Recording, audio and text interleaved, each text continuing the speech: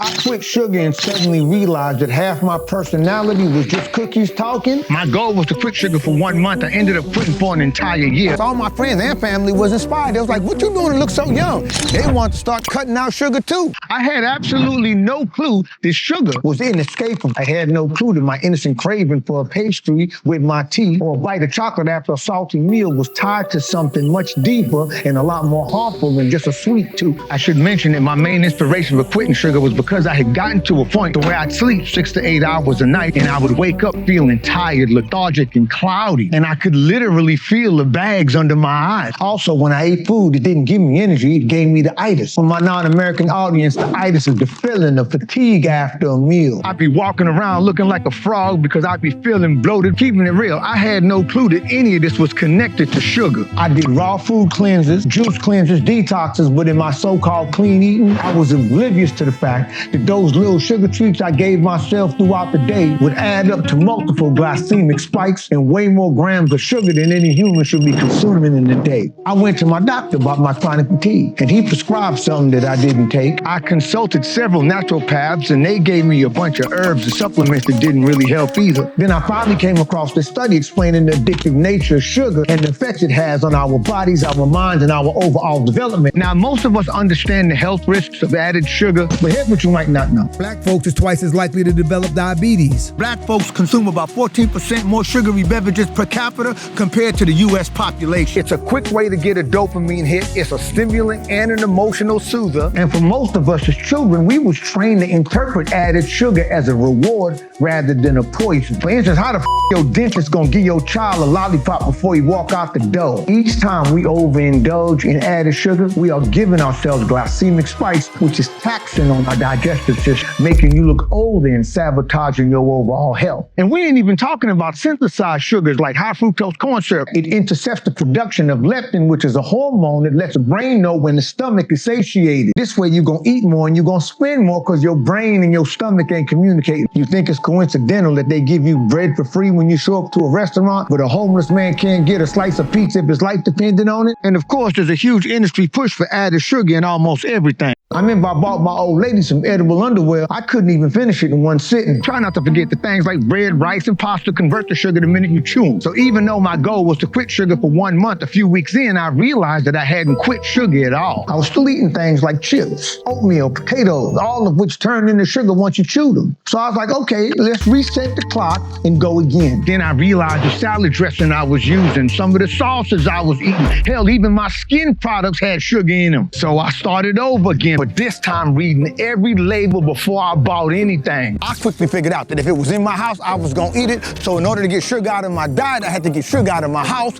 But I spent most of my money on meat, vegetables, and eggs. Man, the cravings got intense. I would be twitching when I'd just sitting still. I'd get headaches, I'd be all moody. Real talk, I almost quit a few times, but it took me so long to officially get started that I didn't want to risk having to start over again. I had no clue that quitting sugar would have me tweaking like the crack kids we used to pay 39 cents to give everybody top. So I started looking for sugar substitutes, and guess what? These artificial sweeteners, they full of sugar alcohols like erythritol. Sounds harmless, but it's actually linked to higher risk of heart attacks and strokes. And if that ain't enough, artificial sweeteners like aspartame, sucralose, and saccharin have been linked to obesity, high blood pressure, type 2 diabetes, and heart disease. So this so-called healthy alternative sometimes brings a whole lot of unhealthy baggage. Black might not crack, but black will amputate. Bars! Sugar substitutes don't eliminate the cravings for sweetness. Sugar was so deeply woven into my diet, it took me 6 months starting over, realizing that I had sugar in something I was eating, starting over again, realizing it again, till I had finally gotten to the point of actually being on a no sugar diet. I even cut out fruit to starve my sugar craving. I cooked everything myself, no pre-made sauces, no breads, no rice, no pasta, nothing processed or packaged. My social life took a hit too, because I was the dude with the long list of requirements at the restaurant. Eventually, I just stopped eating out altogether. But suddenly, I was waking up with youthful energy, extreme focus, and bright white eyes. My skin was glowing. I've always looked athletic, but I was never ripped. Now, I was ripped. I went from pooping a few times a week to pooping a few times a day. But one of the most surprising things is my attention span was on another level. Here's how I know. I glanced at a book titled The Sanctuary of Outcasts by Neil White, and before I knew it, I'd read all 369 pages. Before this sugar cleanse, I'd have fell asleep reading the introduction. Another thing I noticed on this no sugar diet was all the skin blotches and the peeling that was happening around my elbows and my fingers was gone. The dark circles around my eyes, temples, and cheeks cleared up. I was no longer waking up in the morning with a puffy face and a puffy neck. I had way less mucus. Even my breathing seemed easier, and my mood swings was like obsolete. I just was much more even keeled. Your boy was in God mode. I was like, oh, this is what it feels like. I got to use this disclaimer. This next point is not for the homeless. It's not for people in extremely deprived situations. But a lot of times when you feel like you're hungry, it ain't hunger. It's cravings, organisms in your body straight up begging for the toxins, the junk, the chemicals that they've been conditioned to feed on. To make sure I wasn't confusing my cravings for hunger, I took chlorella and spirulina. Why? Because it's like giving your body a nutrient refill. And once I know my body got all the nutrients that it needs, I can rule out nutrient deficiency as the reason for my discomfort. Then I can just deal with the truth. It's just bad habits and cravings trying to have their way with me. Feeling and seeing the results of cutting sugar for just 1 month, I was like, oh, let's go for 6 months. But something I noticed is when I hit that 3-month mark, my body odor was gone. I start waking up with these superhero erections. I had to be careful not to bump into shit when I go to the bathroom because I could literally chip my shit on the sink. Now I'm gonna be a little personal with y'all about my sex life. Fast forward if you feel the need. I would say that half the time I tried to do the horizontal handshake with my thickums, I would bust prematurely. Then I'd have to get it up again, go a second round with decent wood, but not that nightstick level, you heard? But right around 3 months of absolutely no sugar, I ain't had that problem no more. And when I did bust, the recovery time was record-setting, you heard? Mr. Swing Ding would go from half masters to Luke before my gal could grab a towel, you heard me? Part of the reason I'm lasting longer now is because a healthier diet promotes a healthier liver and healthier blood flow. But when more blood flow starts to flow into your stick to ruler, it creates a slight numbing effect in the It moderates the level of stimulation you feel when you hook in that spine. Don't laugh, I gotta use these scientific words because y'all know this algorithm got a little bitch in him. But on top of that, I think eliminating sugar from my diet cut about 60-70% of my anxiety. And there is a such thing as performance anxiety. And that definitely contributed to me busting prematurely. All right, let's not piss off the algorithm. We could talk more about that shit in my private coachings, but let's just say it was a pleasant surprise for me and my gal.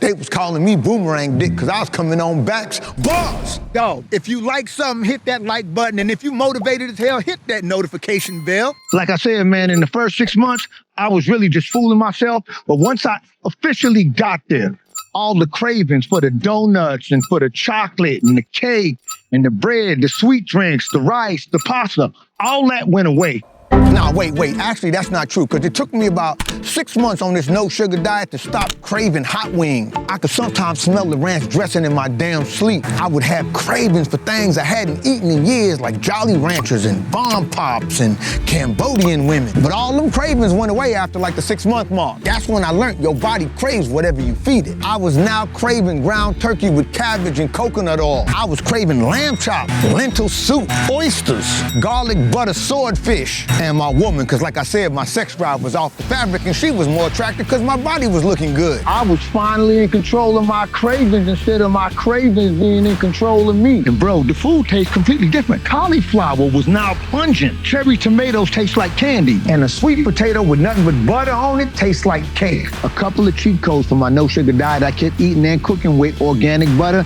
and coconut oil. I put that shit on everything, including my eggs. What?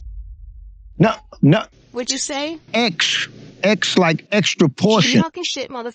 Keep talking shit and watch what's gonna happen. Got my gal with me, man. Let me just move. Here go an interesting fact. By the time I hit month 9, all my friends and family was inspired. They was like, what you doing to look so young? They wanted to start cutting out sugar too. It became clear that this was no longer a challenge or a diet. It was a lifestyle choice that I had committed to. In my last video, I had a lot of people asking me, what do I do to look so good for 55? Well, now 56, I would definitely have to say it's probably my mama's genes. But men in my family tend to age hard and die young. Usually due to stress, alcohol, and poor diet, but I believe the thing that has preserved me, kept me looking young over the years, more than anything, is the reduction of stress and drama in my life, doing a few fast cleanses and detoxes throughout the year, and cutting my sugar intake down like Black China camel toe, you heard me? Oh, and one other thing, man, is beard dye to cover up my Dick Gregory. What I've learned from the process is we really do need some sugar, some carbs, some glucose, but there are healthier ways to get it. We also have to become vigilant about understanding what sugar actually is because they disguise it. For instance, maltodextrin. That shit comes from starches, but it'll give you twice the glycemic spike